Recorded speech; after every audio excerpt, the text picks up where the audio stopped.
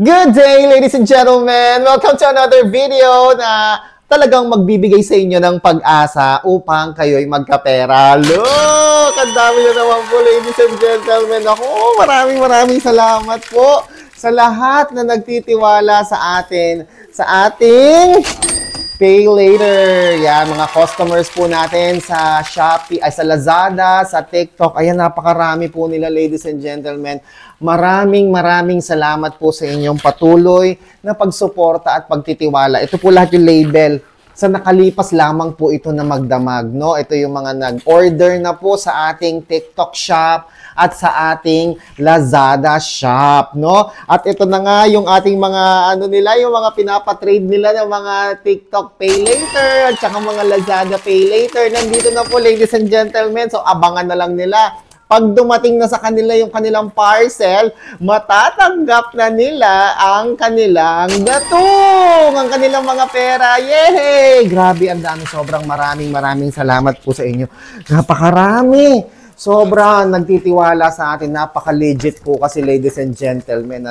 Kaya kung kayo rin po ay nangangailangan ng pera, lalo na po ngayon na graduation, ang daming bayarin, no? Mga nagme-message sa akin, sabing ganyan, DJ Chico, please, badly needed, magbabayaran na kasi ng ng graduation picture, ng tuition fee, o kaya yung mga kailangan pa sa school nila, sa school project. Naku, buti na lang talaga, meron po silang mga Lazada Pay Later or TikTok Pay Later na talagang pwede nilang mapakinabangan, So, ayan, pera na po yung naghihintay sa inyo, ladies and gentlemen. So, ang gagawin mo na lang, kung meron kang TikTok Pay Later, i-check mo yan, ha? Meron akong dyan sa description box sa baba. Pagpunta ka dyan sa link na yan, tapos mag-check out ka na ng iyong kailangan na pera. I-check out mo yung pera. Tapos, pag dumating na sa yung parcel mo, i-receive mo, o di may pera ka na! Ganun lang kasimple, di ba? Kaya ano pa hinihintay mo?